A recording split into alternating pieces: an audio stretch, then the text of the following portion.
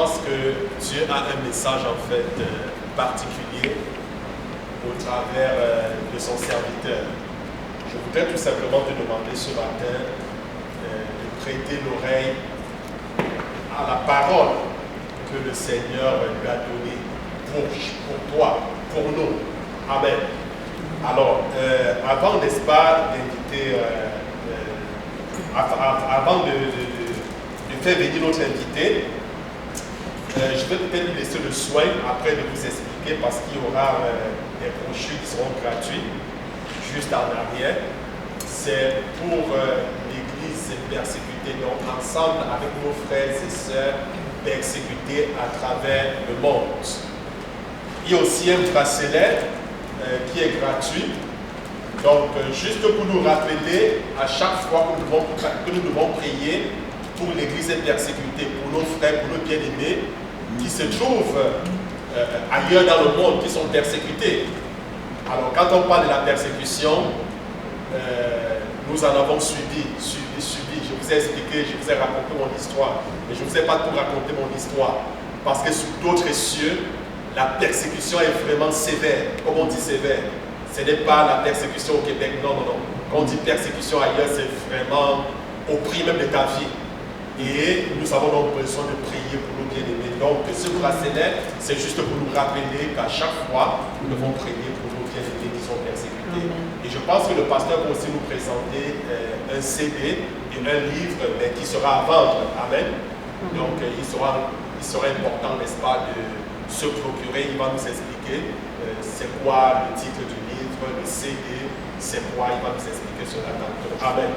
Alors bien aimé, j'ai donc le plaisir ce matin de vous présenter le pasteur Dominique Poulin. Alors c'est l'homme donc que le Seigneur a mandaté pour pouvoir nous apporter la parole de Dieu ce matin. Et comme il avance, je voudrais qu'on acclame très fort pour le Seigneur.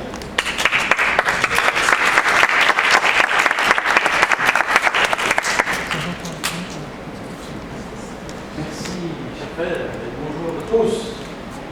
C'est dangereux d'acclamer quelqu'un quand il arrive, quand il s'en va, c'est une bonne raison. Mais c'est pour le Seigneur, alors que c'est lui qu'on acclame. Voilà, excusez mon petit accent, c'est parce que je viens de Sainte-Foy. Chaque fois que je dis ça, ça fait rire, mais bon, je ne suis pas content une fois, vraiment.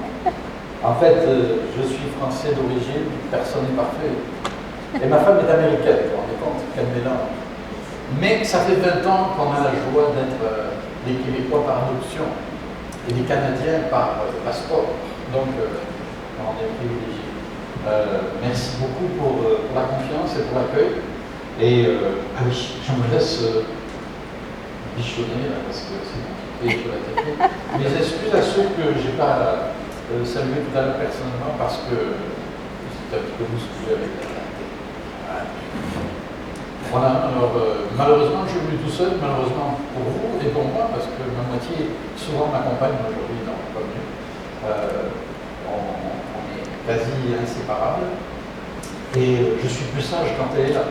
On va essayer de bien se tenir quand même. Et de ne pas se perdre dans les détails, les choses secondaires. Pour vous dire, peut-être pour vous présenter un peu plus le bonhomme, j'ai été pasteur pendant 23 ans en France, en Belgique et en France. Et puis ensuite le Seigneur, suite à plusieurs visites sur plusieurs années, nous a amenés au Québec. On nous a attirés par les cordages d'amour, comme dit l'Écriture, vers le Québec. Et on a eu beaucoup de joie à servir le Seigneur dans la ville. On a toujours été à Québec, dans la ville, à Sainte-Foy.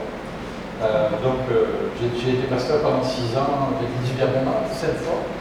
Et puis ensuite, suite à des problèmes de santé, et puis clairement, tournant dans notre vie, le Seigneur nous a ouvert une porte magnifique pour le servir au sein de l'ensemble des églises du district du Québec des Assemblées d'Apostles.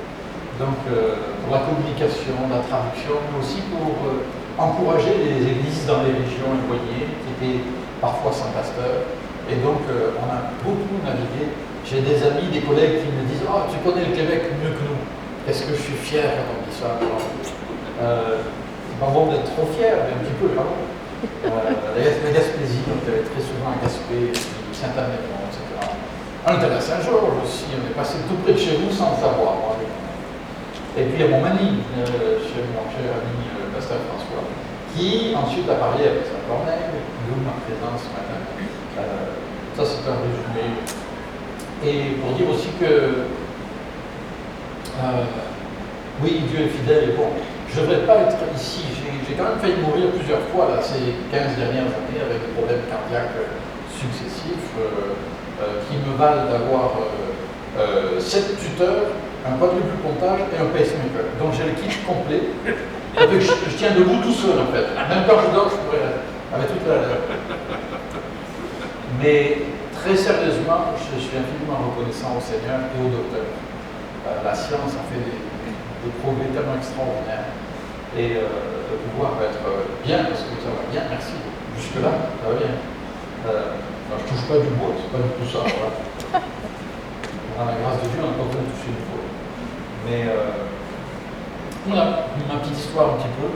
Et une de mes plus grandes joies depuis qu'on est au Québec, ça a été justement de visiter les églises un petit peu en dehors de Québec et de Montréal. Et de pouvoir visiter ce qu'on appelle les petites églises. Est-ce qu'une petite église compte moins qu'une grande église? Non. Moi, j'ai 2 petites filles. Nous avons 2 petites filles. Il y en a une qui a 7 ans et qui est très grande pour son âge, comme son père qui est plus grand que moi. Et il y en a une autre qui a 4 ans et qui est petite pour son âge. Alors ça fait un grand écart qui ressemble à la maman. Et si vous me demandez laquelle je préfère les 2, je vais vous faire un mauvais regard. Vous avez des petits-enfants, vous avez des enfants. Lequel vous préférez, le grand ou le petit? Il n'y a pas de question plus niaiseuse en bon québécois que ça. Je préfère les 2. Et on aime jouer avec les 2, même si elles épuisent, mais quel plaisir. Et bien sûr qu'on les aime autant l'une que l'autre. Et Dieu, quand même, moi j'ai un peu de favoritisme. Et je ne peux pas m'empêcher de penser que Dieu a peut-être un petit quelque chose de plus pour les petites églises.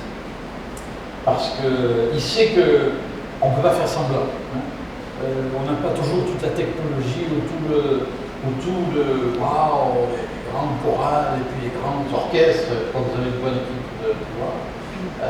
Mais je veux dire, on ne peut pas trop s'appuyer sur tout ce qui est des plus, mais qui ne font pas l'Église. L'Église, ce sont des hommes et des femmes touchés par la grâce de Dieu. Et puis le reste, c'est du bonus si on veut, mais vous êtes vraiment, nous sommes vraiment ce matin, l'Église, une partie, toute petite partie, mais bien vivante, bien réelle. Mon petit doigt, c'est une petite partie de mon corps, mais ne touchez pas s'il vous plaît, j'y tiens. Et alors, si on devait être juste le petit doigt, c'est pour ça que ma petite guitare, j'aime bien, parce que elle appelle un petit peu à l'humilité aussi, et dire, Dieu peut faire de bonnes choses avec les petites choses. Vous savez pourquoi les petites comme ça? Parce que l'hiver dernier, je l'ai laissé dans le coffre de ma voiture tout l'hiver. Alors, avec le froid, regardez le dessin. Non, c'est pas vrai. Sérieux, et puis j'aimerais entrer dans le vif du sujet, qui est très sérieux.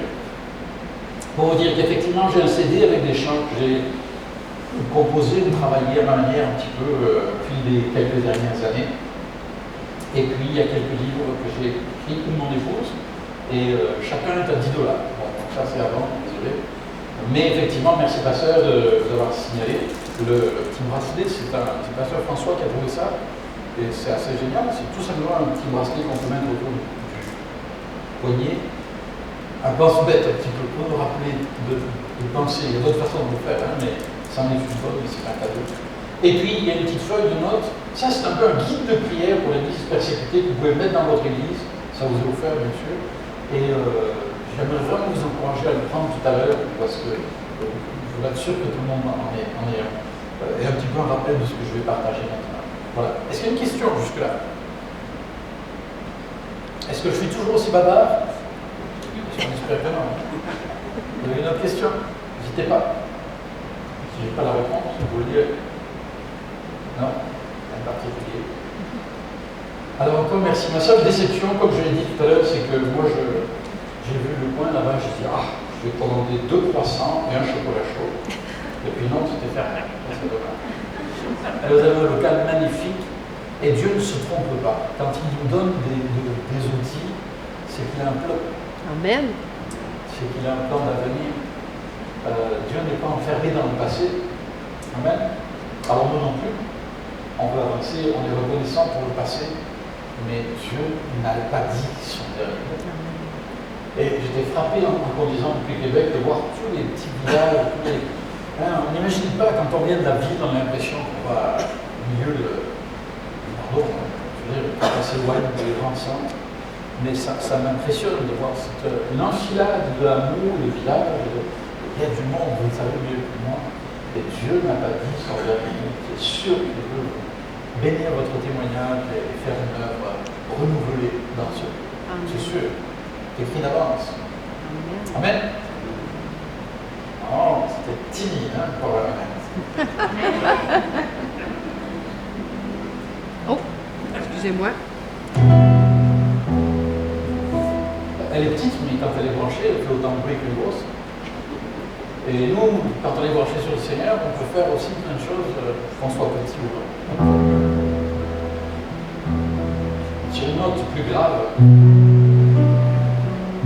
j'aimerais partager un chant qui me bouleverse toujours. Sur la dépo suivante, et c'est peut-être difficile à croire, mais en réalité c'est un chant qui date du XIIe siècle, c'est-à-dire qu'il a plus de 800 ans. Vous vous rendez compte? Difficile à imaginer.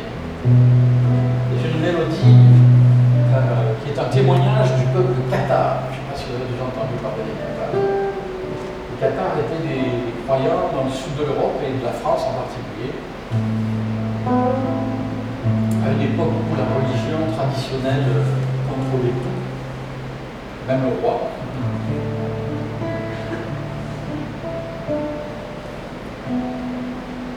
Et ces gens-là ont eu à cœur, ils l'ont fait très maladroitement, mais ils ont voulu revenir aux sources de la foi, de la simplicité de l'Évangile.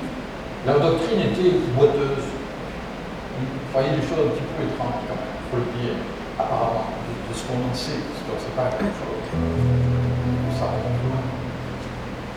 Ce qui est sûr, c'est qu'ils aspiraient à ce que l'Église se débarrasse du carcan de la tradition et de l'orgueil et de l'emprise qu'elle avait sur les gens, et qu'elle revienne à la simplicité de l'Évangile. Ça, c'est une certitude au sujet des Qatares. Alors, ils ont été persécutés. En fait, ils ont été exterminés, systématiquement, massacrés.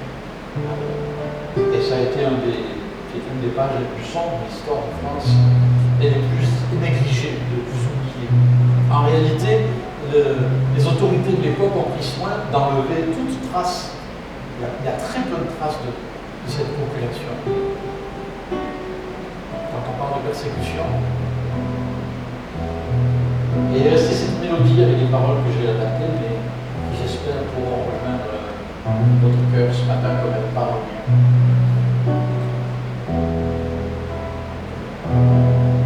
Avec tous ceux qui ont tout donné,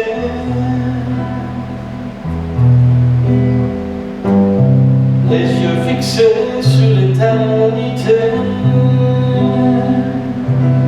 jusqu'au bout je veux t'aimer, quel qu'en soit le prix, jusqu'au bout je veux t'aimer.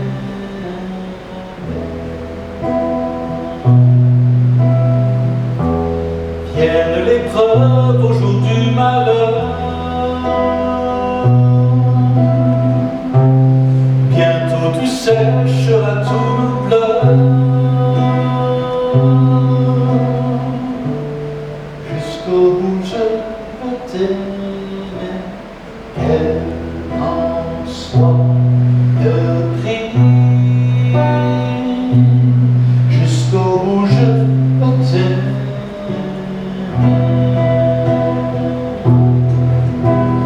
Nos cœurs soupirent après ton retour,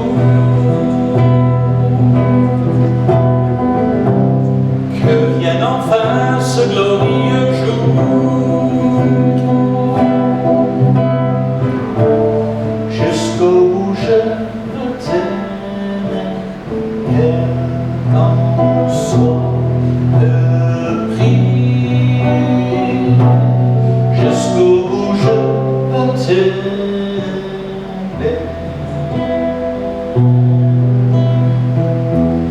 À chaque instant vivre pour ta gloire, fort de ta grâce et de ta victoire. Jusqu'au bout je veux t'aimer, quel qu'en soit le prix. Jusqu'au bout je veux t'aimer. Jusqu'au bout je veux t'aimer.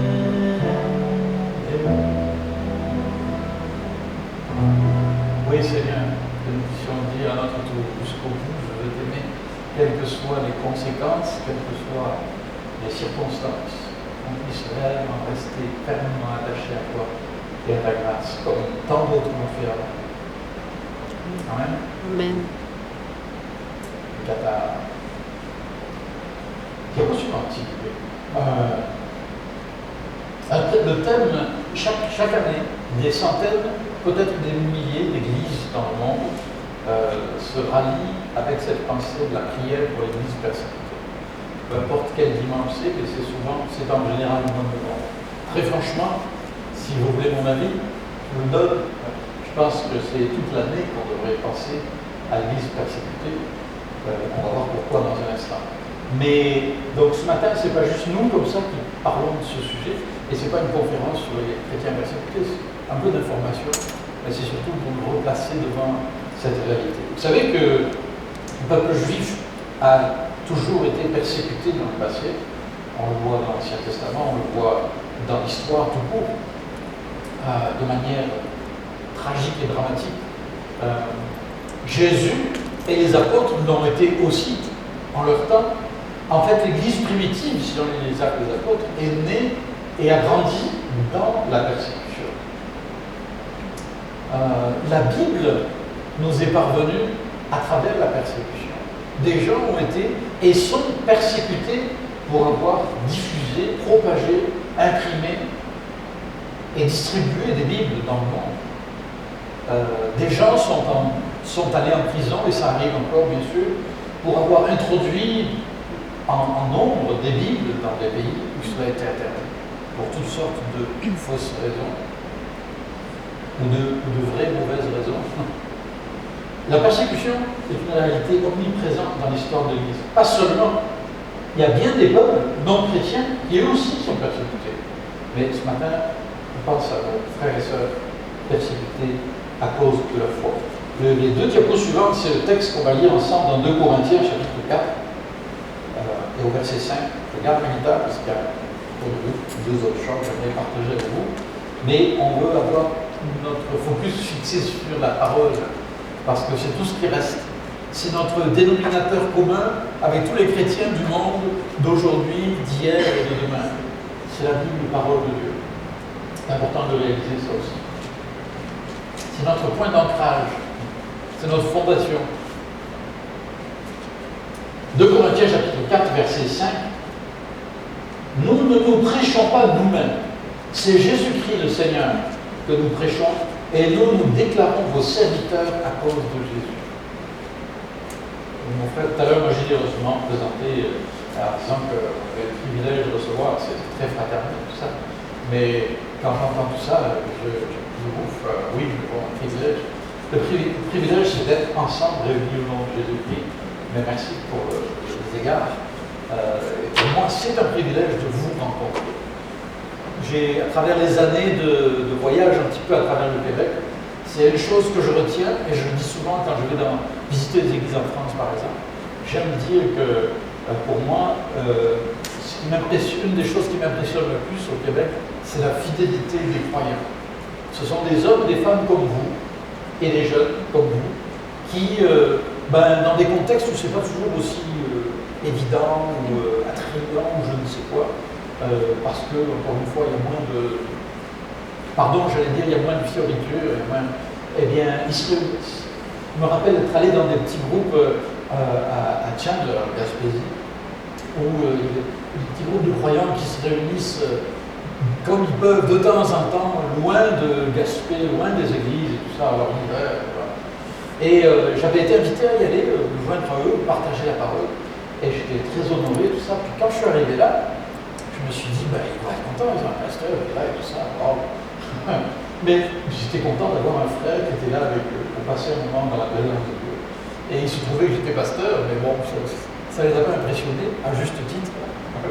Et tout ça, parce que de toute façon, ils avaient l'habitude de se retrouver entre eux, d'ouvrir la Bible, de prier, de célébrer le Seigneur. Alors ben oui, il y a un bonhomme en plus aujourd'hui qui va nous apporter. Ils étaient reconnaissants, mais ils avaient compris que l'Église, c'est pas un bonhomme devant qui fait un speech. L'Église, ce sont des hommes et des femmes, comme vous et moi, qui chaque jour veulent placer leur confiance dans le Seigneur et être des disciples de Jésus-Christ. Et ça, moi, ça m'impressionne beaucoup. Alors, merci ce matin. Vous êtes un encouragement pour moi. Rien que le fait de vous voir, que vous soyez là, et que vous aimez vous retrouver dans la présence de Dieu. Je suis perdu au chemin, alors on était au verset 6. En effet, le Dieu qui a ordonné que la lumière brille du sein des ténèbres a aussi fait briller sa lumière dans notre cœur pour faire resplendir la connaissance de la gloire de Dieu dans la personne de Jésus. Ouf, c'est chargé comme phrase, ça dit plein de choses. Dieu a choisi de faire connaître sa lumière, la lumière à travers son Fils Jésus-Christ, par nos vies. Dieu croit au miracle. Pour qu'il choisisse de se servir de nous, c'est que vraiment Dieu croit au miracle. Mais bien sûr, celui qui le fait. Verset 7, nous portons ce trésor dans des vases de terre ou d'argile, afin que cette puissance extraordinaire soit attribuée à Dieu et non à nous. Nous sommes pressés de toutes parts, mais non écrasés, inquiets, mais non désespérés, persécutés, mais non abandonnés, abattus, mais non anéantis. Alors là, quand je dis ça, je me sens concerné, oui et non, parce que moi, franchement, il y a des jours où je suis démoralisé, un peu déprimé, ou je ne sais pas quoi, mais dire que je suis pressé de toutes parts, inquiet, persécuté, abattu. Notre frère y a fait allusion tout à l'heure. Eux ont touché à ces choses bien plus que moi. Je n'en ai jamais touché en 66 ans de vie, en 50 ans de vie chrétienne. Persécution, moi, j'ai toujours été gâté, entouré essentiellement de gens qui étaient encourageants, qui étaient positifs. Peut-être que ce n'est pas votre cas ce matin. Peut-être que vous connaissez un peu une hostilité, peut-être une persécution, parce que ça existe partout. Mais Dieu est fidèle pour vous soutenir. Pressé, mais non écrasé, inquiet, mais non désespéré, abandonné, persécuté, mais non abandonné, abattu, mais non anéanti. Diapo suivante. Voilà pourquoi nous ne perdons pas courage, au verset 16. Nous ne perdons pas courage. Et si notre être extérieur se détruit, j'en suis heureux de ça, malgré l'apparence, notre être intérieur se renouvelle de jour en jour. Merci Seigneur. En effet, nos légères difficultés du moment présent, ça c'est spécial, parce que Paul a connu la prison, il a été fouetté, il a subi toutes sortes d'affaires, et il dit, oh, nos légères afflictions du moment présent, et les miennes, elles sont où dans tout ça alors? Bien, toutes ces choses produisent pour nous, au-delà de toute mesure, un poids éternel de gloire. Ainsi, nous regardons non pas à ce qui est visible, mais à ce qui est invisible, car les réalités visibles sont passagères, les invisibles sont éternelles. Merci Seigneur. L'apôtre Pierre dira plus tard, vous l'aimez, vous aimez Dieu, vous aimez le Seigneur sans l'avoir vu, et sans l'avoir vu, vous croyez encore. C'est le mystère de la foi. C'est quelque chose de glorieux, non? Ben oui, on croit en un Dieu qu'on n'a pas vu, qu'on ne voit pas, et qu'on ne verra pas tout de suite encore, mais pourtant tellement réel dans nos vies. Et jour après jour, prêt à se révéler à nos cœurs davantage.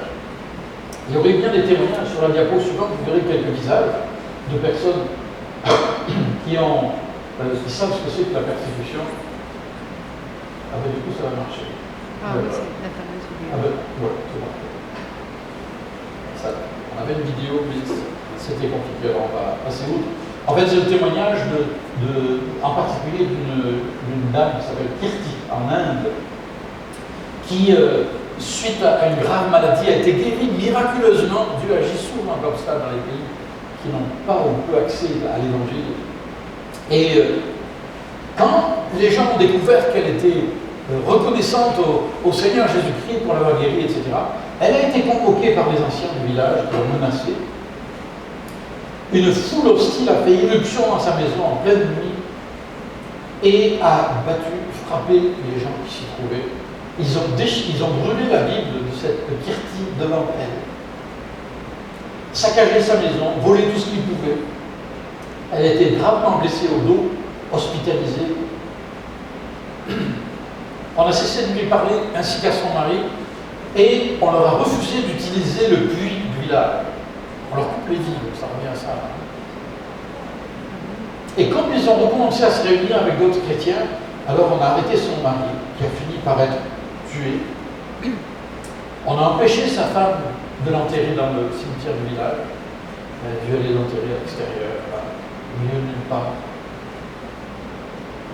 Mais elle est retournée dans son village et elle continue d'être un témoin de Jésus. Je ne suis pas sûr que moi, à sa place, j'aurais fait aussi bien.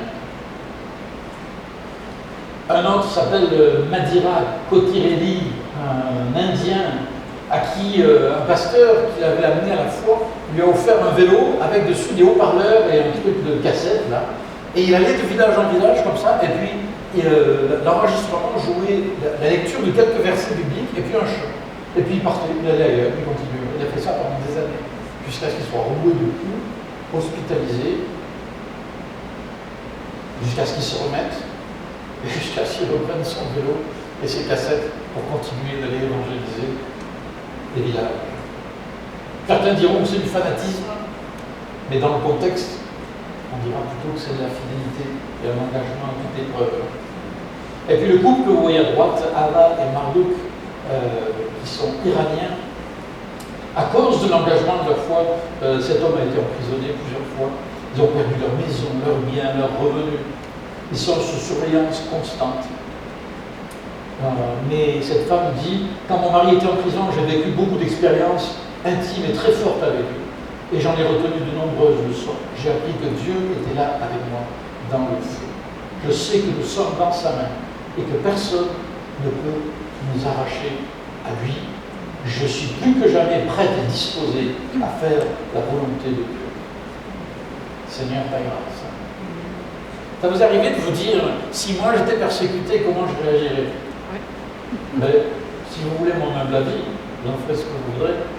Vous n'en avez aucune idée comment vous réagirez, ni moi.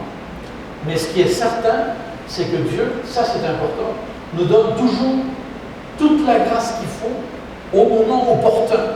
Hébreux 4, 16, je crois. C'est au moment opportun, c'est-à-dire avec un parfait timing. C'est-à-dire que la grâce, quand j'ai besoin pour affronter quelque épreuve que ce soit qui puisse se présenter à moi, cette grâce-là, je ne l'ai pas. Je ne l'ai pas aujourd'hui, parce que je ne suis pas dans cette épreuve. Mais le moment venu, Dieu pourvoira toujours. Et si un jour, vous ou moi, nous devions être mis sur le spot, comme on dit en bon français, pour notre foi, on s'en croit que si nous sommes fidèles aujourd'hui, nous pourrons l'être demain, à ce moment-là. Dieu nous donnera la même grâce. La même grâce qui permet d'affronter, de surmonter la routine et peut-être les défis, les petits défis de tous les jours ou d'autres défis. Cette même grâce, dans une pleine mesure, sera toujours là pour nous aider. Amen. Vous le croyez? Amen. Clic suivant. La persécution dans le monde, ce sont des chiffres, comme on dit en bon québécois, à la louche, malheureusement. À mon avis, ils sont probablement sous-estimés parce qu'il y a tant de pays où on sait tellement peu de choses de ce qui se passe, parce qu'ils sont complètement fermés. On parle de 340 millions de chrétiens persécutés dans le monde. Ça fait plus de 9 fois la population de tout le Canada, du Canada. dans plus de 74 pays du monde. Ça veut dire qu'un chrétien sur 8 dans le monde est persécuté. Ça veut dire que vous avez un petit groupe de maison, vous êtes 8 là, vous pourriez, à chaque fois que vous êtes réunis à 8 personnes environ, ce serait un bon exercice.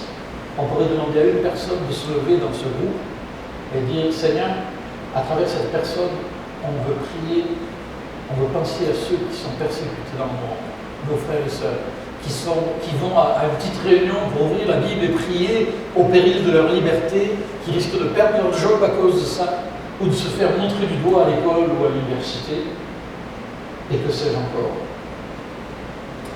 En plus, la pandémie de la Covid a aggravé la persécution.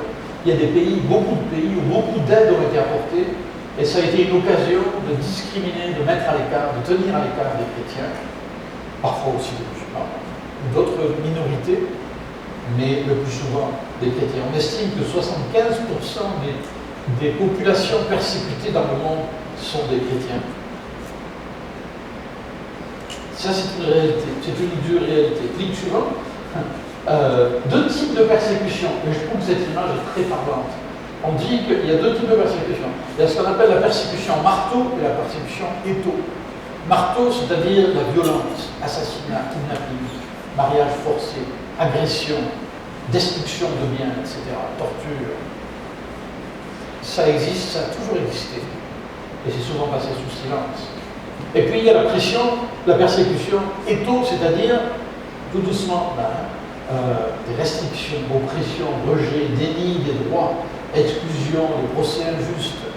Et je soupçonne fortement que dans nos pays occidentaux libres et riches et confortables, et plus ou moins démocratiques, on oublie, on ne réalise pas que vraisemblablement, on peut s'attendre, d'ailleurs ça existe déjà, à ce type de persécution subtile, sournoise, où petit à petit, de nouvelles lois, de nouvelles restrictions, et je ne parle pas de la Covid.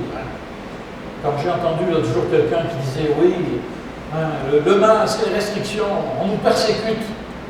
Là, j'avoue que je change de couleur en entendant ça. Parce que ça prouve qu'on n'a aucune espèce de notion de ce que c'est que la persécution et qu'on est des enfants gâtés. Excusez-moi de vous le dire. Persécution, le masque. Quelles que soient les opinions qu'on puisse avoir sur ces sujets, ne confondons pas les choses.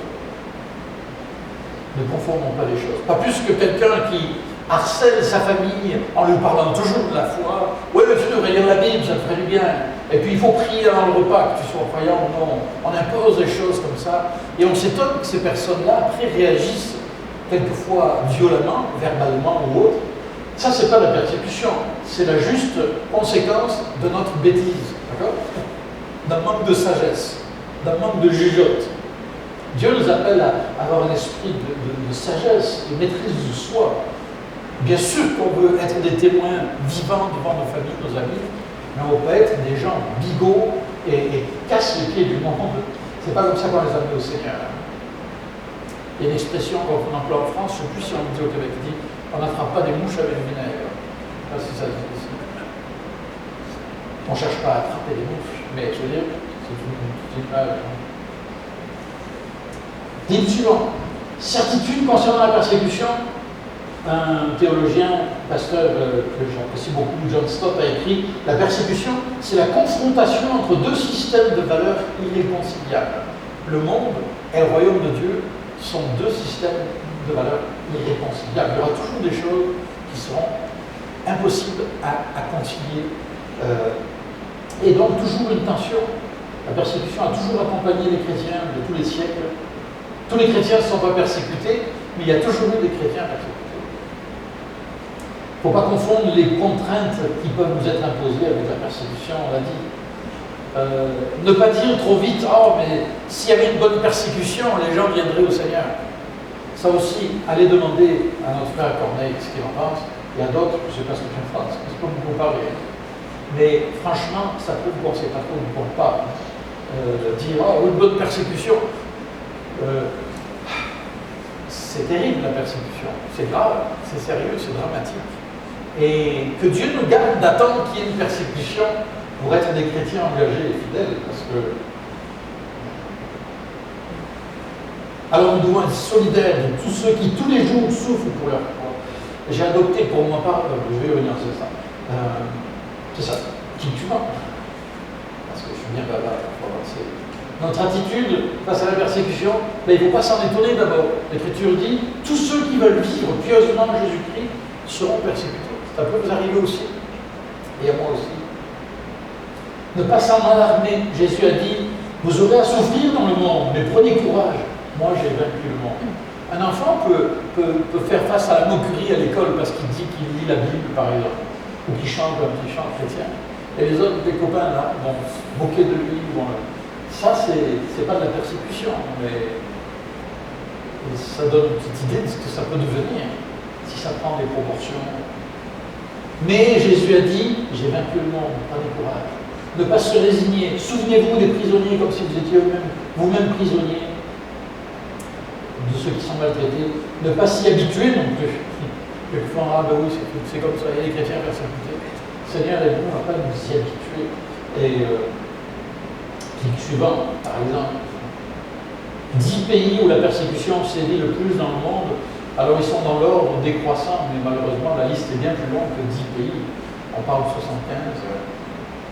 Selon des critères bien précis de l'association Portes Ouvertes, la Corée du Nord, l'Afghanistan, la Somalie, la Libye, le Pakistan, l'Érythrée, le Yémen, l'Iran, le Nigeria, l'Inde, à des degrés divers, certes, mais de manière bien réelle. Alors comment prier?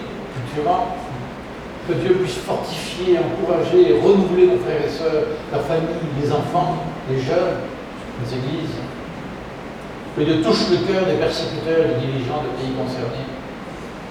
Que les chrétiens aient accès à la Bible, parce que sans la Bible, on est fait comme un voilier sans mât. On a besoin de la parole de Dieu pour nous permettre d'avancer, de grandir dans la foi et de tenir bon dans l'hostilité. Prions que l'Évangile gagne du terrain envers et contre tout.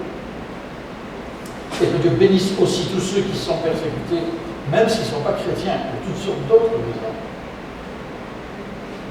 Peut-être même j'ajouterai prions pour ceux qui ont renié la foi à cause de la persécution. Que Dieu leur fasse grâce, qu'ils se ressaisissent de revenir au Seigneur avec tout leur cœur. Et sur cette petite feuille, vous aurez tout ça. Et je vous mets au défi de temps en temps de choisir ne serait-ce qu'un de ces sujets pour apporter au Seigneur, même si ce n'est que quelques mots. Clic suivant, que peut-on faire? Souvenez-vous de ceux qui sont maltraités. Priez, se tenir informé. Portes Ouvertes, par exemple, vous aurez ça là-dessus. Si vous êtes connecté à Internet, on lit et on voit tellement de bêtises et de choses qui nous font peur d'un temps fou sur Internet. Mais aussi, on a accès comme jamais auparavant à des choses tellement importantes, des informations, des choses objectives, réelles, vérifiées. Et l'association Portes Ouvertes fait partie de gens fiables vers qui on peut se tourner. Ne croyez pas tout ce que vous voyez sur Internet. Même dans ce domaine, il y a des exagérations parfois.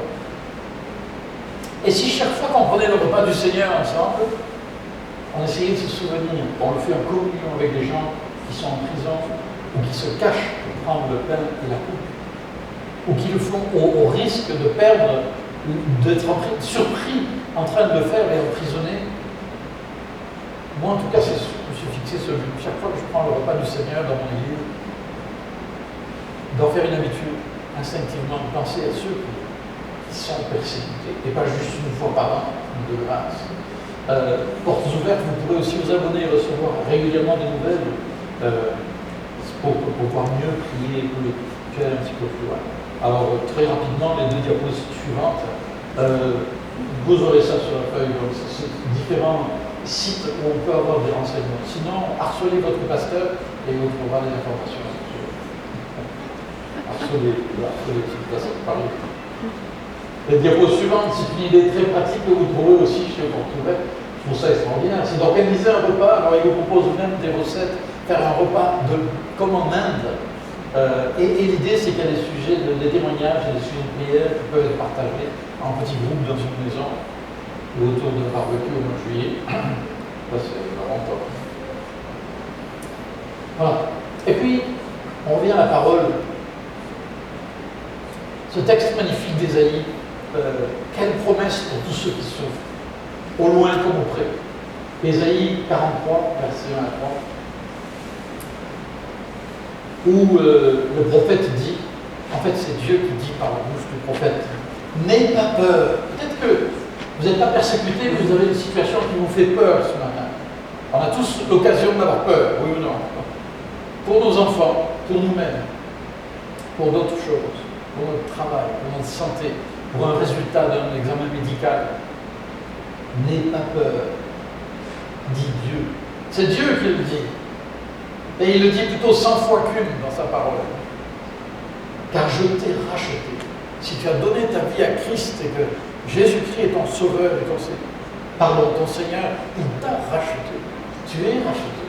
Je t'ai appelé par ton nom. Tu m'appartiens, dit Dieu. C'est pas rassurant.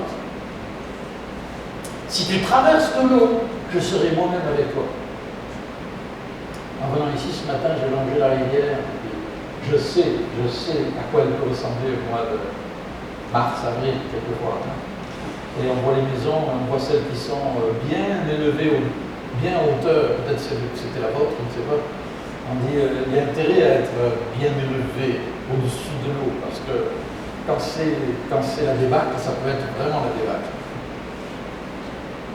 Si tu traverses de l'eau, je serai moi-même avec toi. Si tu traverses les fleuves, ils ne te submergeront pas. Si tu marches dans le feu, tu ne te brûleras pas.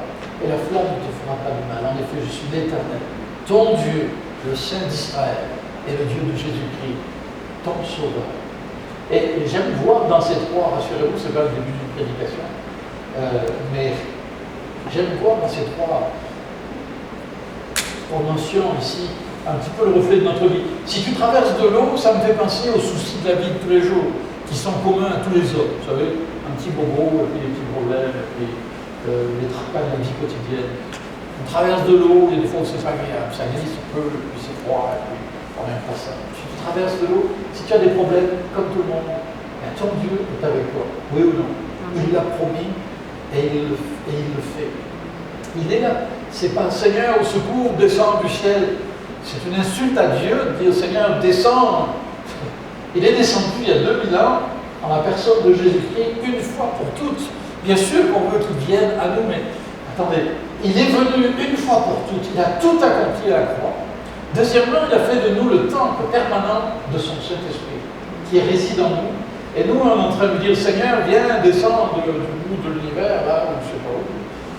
Je comprends ce que ça veut dire, Seigneur, descends, viens. Mais il est là. Il est là. Et je pense que souvent, quand on dit Seigneur, viens, Seigneur voudrait qu'on se taise pour entendre me dire ok, je suis là.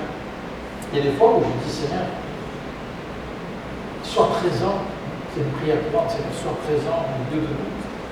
Et des fois, je ne peux pas m'empêcher de penser que le Seigneur nous dit la même chose. Là, justement, et toi, est-ce que tu es présent? Ou tu es en train de penser à ton coup de fil, à ton rendez-vous manqué hier, ou à ce que tu dois régler cette semaine? Est-ce que tu es présent?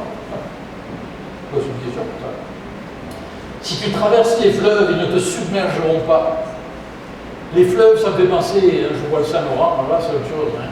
Ça veut dire qu'on ne le traverse pas en marchant. Et même à la nage, c'est compliqué. Si tu traverses les fleuves, autrement dit, si tu es submergé par les épreuves, des situations graves, hors de ton contrôle, là on ne parle plus des petits soucis de la vie, on parle des affaires graves, de maladies graves, on parle de situations de drame, de deuil, d'accidents, de tragédies. Ils ne te submergeront pas. Et même si tu marches dans le feu, et le feu, dans mon esprit, ça me fait penser à la persécution. Même si je dois traverser le feu, tu ne te brûleras pas et la flamme ne te fera pas de mal. Comme les amis de Daniel, vous savez, dans le livre de Daniel, histoire extraordinaire. Oh, merci Seigneur. J'aimerais, si je chante encore, vous restez? Oui. Voilà. C'est un chant que j'aimerais dédier à ceux d'entre vous que je ne connais pas et qui souffraient plus que je ne le sais, que je ne pense, que je peux imaginer. C'est un héros spirituel que j'aime beaucoup, que j'ai découvert il n'y a pas longtemps, que je ne connaissais pas. Et quand je l'ai entendu, il a vraiment saisi mon cœur. Et j'espère qu'il saisira aussi les autres. Bon, tiens bon, ça se résume à ça. Parole de Jésus qui a dit si quelqu'un met la main à la charrue et regarde en arrière, il n'est pas prêt. Vous le voyez. Tiens bon.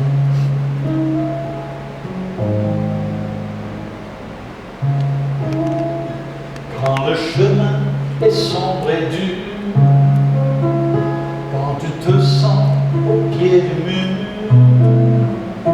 on ne lâche pas la charrue, tiens bon. Quand tu es au bout du rouleau,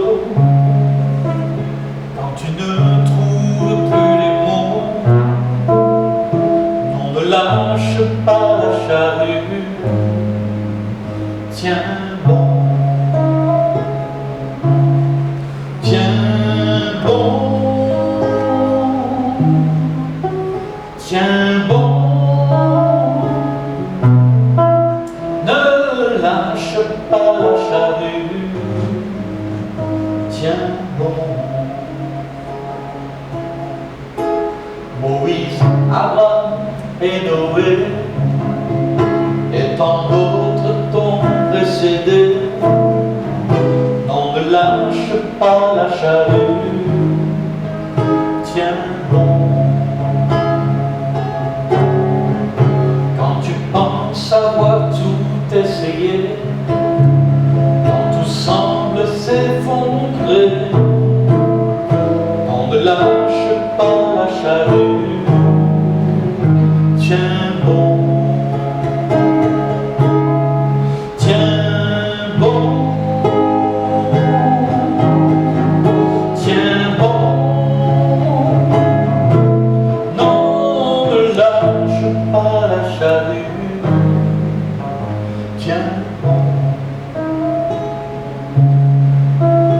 Déborah, Esther et Marie ont tenu bon et n'ont pas fléchi.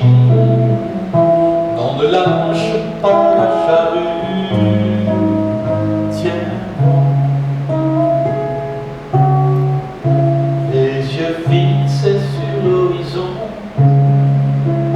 même si le chemin est long,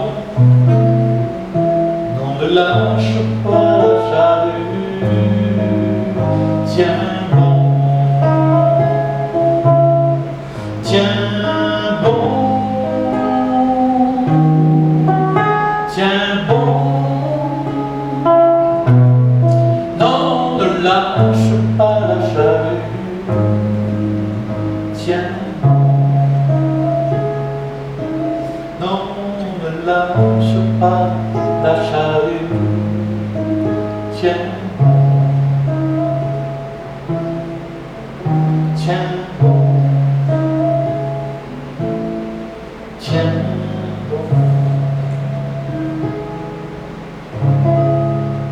Oh, merci Seigneur, tiens bon. Seigneur, ta grâce sur mes amis, mes frères et sœurs, pour qu'ils tiennent bon. On reste fermement attachés à toi, envers et contre tout, quelles que soient les épreuves, que ce soit l'eau, les fleuves ou le feu, que nos cœurs puissent rester fermement attachés à toi. Amen. Merci Seigneur. Que Dieu nous donne cette grâce. Hébreux chapitre, c'est 3 diaposupports, pour 4. Amen. Hébreux chapitre